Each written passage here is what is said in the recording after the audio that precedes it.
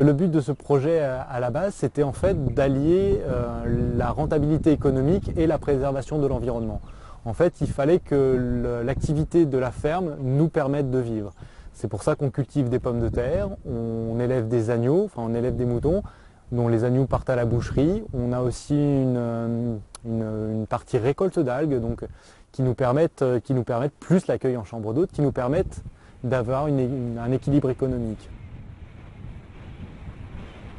Il y a beaucoup d'îles dans l'archipel qui sont classées en réserve, donc où là, du coup, les activités agricoles sont interdites et où il n'y a pas non plus d'habitants à l'année. Mais sur une île comme Kéménès, qui a beaucoup vécu par l'agriculture, qui a toujours été cultivée, si on faisait ça, on allait perdre quelque part une partie de la diversité des milieux qu'il peut y avoir. Parce qu'ici, il y a toujours eu des animaux à pâturer, il y a toujours eu des parcelles qui ont été cultivées. Et donc là, quand l'île n'a plus été occupée en permanence, on a vu les ronces gagner vraiment les parcelles, les fougères pousser aussi, et finalement le site s'étouffait, un peu s'appauvrissait. Il y a 3 ans, on a perdu nos pommes de terre, la récolte de pommes de terre à cause des lapins qui avaient tout mangé.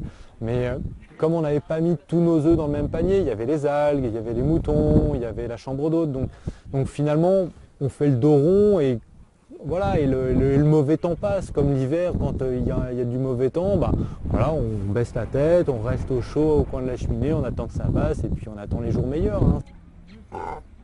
Ah bah, quand on va partir, ça c'est sûr que moi je serai en larmes. Ça, c'est quand même ces 10 ans de notre vie un chapitre assez exceptionnel.